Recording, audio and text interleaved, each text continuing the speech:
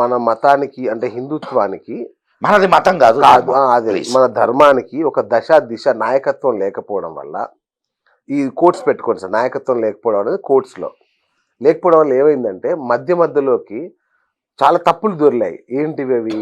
ఉదాహరణకి దళితుల్ని ఆలయాల్లోకి రానివ్వకపోవడం కావచ్చు, తప్పులు చెప్పండి సార్. సతీ సహగమనం కావచ్చు, బాల్య వివాహాలు కావచ్చు, ఇట్లాంటి ఎన్నో తప్పులు జరిగాయి మన యొక్క భారతీయ సంస్కృతిలో. దీనివల్ల భారతీయ సంస్కృతి కొంత చెడు లోనవ్వడం ఒకటైతే, మతాంతరీకరణ జరగడానికి కూడా ఈ తప్పులే కారణం.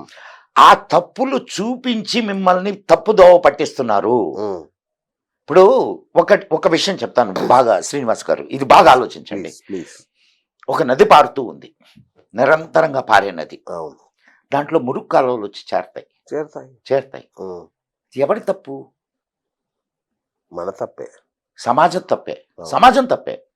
దాన్ని వీలైనంత వరకు నిరోధించుకొని ఆ కాలువని ముందుకు పంపిస్తూ ఉండాల.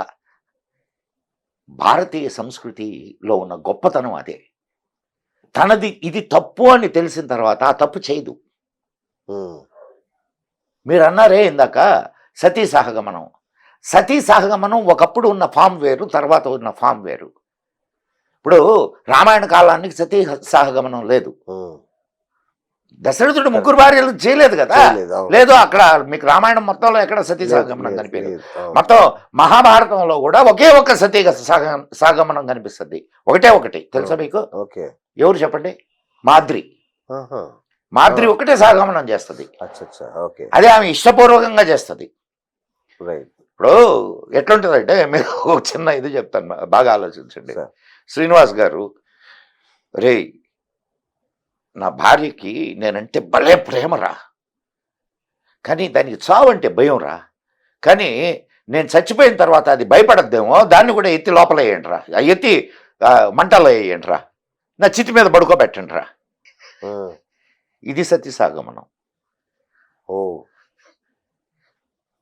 ఇప్పుడు నా భర్త లేనిదే నేను ఉండలేను, ఈ బ్రతుకు నాకు భారం, నేను నా భర్తతోటే వెళ్ళిపోతాను.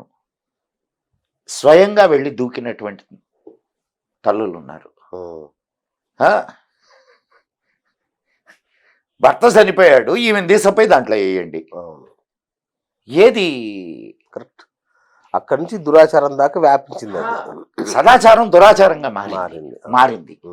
ఒకటి ప్రేమకు స్వరూపం, ఇంకొకటి దుర్మార్గానికి స్వరూపం. దాని ప్రేమకు స్వరూపం కానీ దుర్మార్గానికి స్వరూపం కానీ ఒక మనిషి జీవితం ఇది కావడం అనేది చాలా తప్పు. సో అది దురాచారం అని తెలుసుకున్న తర్వాత నువ్వు ఆచరిస్తున్నావా? ఇప్పుడు ఇది నీ గొప్పతనమా కాదా? ఇది నీ ఇప్పుడు నా జాతిలో కొన్ని లోపాలు ఉన్నాయి, సరిదిద్దుకొని ముందుకు నడుస్తూ ఉండడం గొప్పతనమా, లేకపోతే అది చెడ్డతనమైనా సరే నువ్వు పాటించాల్సిందే అనడం గొప్పతనమా? అర్థమైంది. అవునా? ఇంకొకటి ఏదో చెప్పారు మీరు, ఏది సతీ సహగమనం ఒకటి, దళితులకి. ఎస్, దళితుల విషయంలో జరిగినాయి, మేము జరగలేదని చెప్పట్లేదు.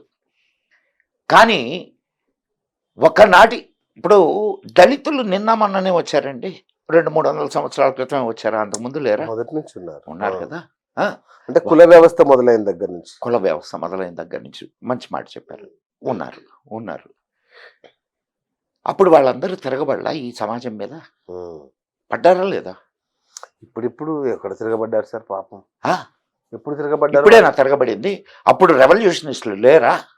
ఏదో ఒకటి. సార్ ఒక మాట చెప్తాను నేనండి, కారణం ఏంటంటే they were comfortable at those times. వాళ్ళ మీద ఎస్ సామాజికమైన ఆంక్షలు ఉండేవి, కానీ ఆర్థిక పరమైన ఆంక్షలు ఉండేవి కాదు. కరెక్ట్. ఒప్పుకుంటారా ఇది? ఒప్పుకుంటా. లేకపోతే మన పల్నాటి ఆయన ఉన్నారు కదా, ఆయన పేరు చాపకూటి సిద్ధాంతం తీసుకొని వచ్చాడు. ఆయన సైన్యాధిపతి ఎవరో తెలుసా? పేరు నాగమనాయుడు కాదు, కన్నమదాసు. కన్నమదాస్. ఓకే. ఎవరో తెలుసా? మాలవాడు. ఓకే. మాలవాడు సైన్యాధ్యక్షుడు. ఎంతమంది సైన్యం ఉన్నారు తెలుసా? సైన్యంలో ఎంతమంది ఉన్నారు తెలుసా మీకు? అంటరానితనం అని చెప్పి దాన్ని ఒక పెద్ద భూతం లాగా చూపించి ఒక ఒక సెట్ ఆఫ్ పీపుల్ని మాయ చేశారు సార్. అవును. అండ్ లేదని నేను చెప్పట్లేదు, మళ్ళా ప్లీజ్ ప్లీజ్ లేదని చెప్పట్లేదు నేను. దాన్ని రూపుమాపడానికే మన రామానుజాచార్యులు మాలదాసరి వ్యవస్థను తీసుకొని వచ్చాడు. అండ్ మీకు నార్త్లో అనేక రకాలైనటువంటి ఉద్యమాలు వచ్చినాయి. ఏది అప్పటి నుంచే అప్పుడే ఇది తప్పు అని చెప్పి చెప్పేటటువంటి వాళ్ళు ఉన్నారు, దాన్ని సమర్థించిన వాళ్ళు ఉన్నారు. అట్లాగే సార్ స్త్రీ మనుస్మృతి ఎంతగా చెడ్డ పేరు తెచ్చుకుందో మీకు తెలుసు. ఇట్లాంటి గ్రంథాలు కూడా మనకు వచ్చాయి. నా స్త్రీ స్వాతంత్రం అర్హతి అనే మాట ఆ పుస్తకంలో ఉందనే కదా గొడవ. ఎవరు సార్ నాకు చూపించమనండి. నా స్త్రీ స్వాతంత్ర్యం అర్హసి ప్రక్షిప్తాలు. నేను మీకు మనుధర్మ శాస్త్రం ఇస్తాను. నేను ఇప్పుడు మనుధర్మ శాస్త్రం మీద వరుసగా 15 ఎపిసోడ్లు చేస్తున్నా. ఇప్పటికి 2 ఎపిసోడ్లు చేస్తున్నా ఆల్రెడీ. ఓకే. మధ్యలో దుర్మార్గులంతా దాంట్లో ప్రక్షిప్తాలు చేసి ఓకే దాన్ని చూపించి ఇది తప్పు ఇది తప్పు అని మాట్లాడితే ఎవరిది తప్పది? 2600 వీటిల్లో ఇది స్టాంజాస్లో 1400 శ్లోకాలు ప్రక్షిప్తాలు. ఇంతకు ఏం చెప్పాడు మను? సార్ మను ఎట్లా చెప్తాడు సార్ ఆ మాట? ఇది నా స్త్రీ స్వాతంత్ర్యం అర్హసే అని. ఆయన వేదాలను బేస్ చేసుకొని ధర్మశాస్త్రం రాసినవాడు. అందులో ఉందా? వేదాల్లో ఉందా? వేదాలలో అసలు ఎక్కడ ప్రస్తావనే లేదు సార్. మను ఇంకో మాట చెప్పాడు సార్. ఆ మాట ఈరోజు నిన్న రామారావు వచ్చేదాకా, ఎన్టీ రామారావు వచ్చేదాకా ఆ లా అసలు మనకు లేనే లేదు. ఏంటి తెలుసా? ఆస్తి హక్కు. ఆస్తి హక్కు, స్త్రీలకు ఆస్తి హక్కు, సమాన ఆస్తి హక్కు.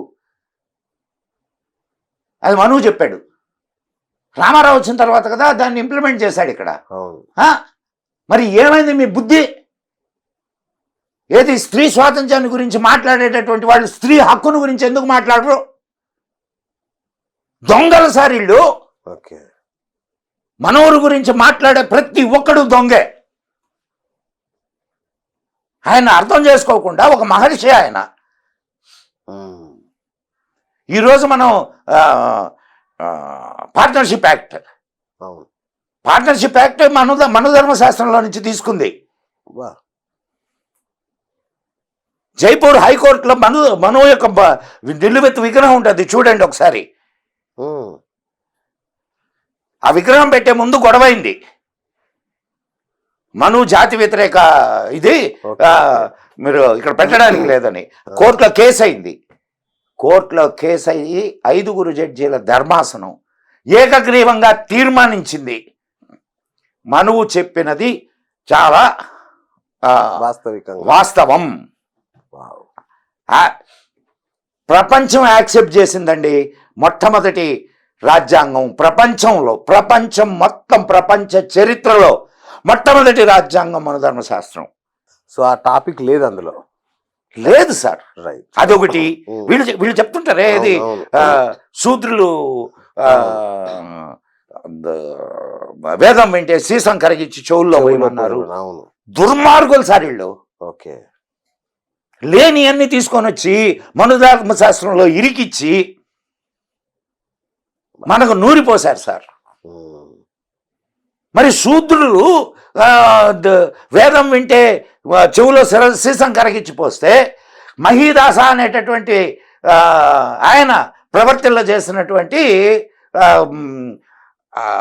వేద శాఖ ఐతరేయ బ్రాహ్మణం. ఈరోజు బ్రాహ్మణులందరూ ఐతరేయ బ్రాహ్మణాన్ని అనుసరించేటటువంటి వాళ్ళు ఉన్నారు. అది మహీదాస అనే శూద్రుడు ప్రవర్తనలో చేసింది. మరి ఆయన చెవుల్లో సీసం కరగించిపోయలేదే. ఈ లంది కొడుకుల చేతులు చెవుల్లో నోట్లో పోయాల సీసం కరిగించి. ఇట్లాంటి మాటలు, దుర్మార్గపు మాటలు మాట్లాడుతున్నందుకు, ఒక మహర్షిని అర్థమైన అవాకులు చవాకులు మాట్లాడుతున్నందుకు, అధ్యయనం చేయడం తెలియదు వీళ్ళకి.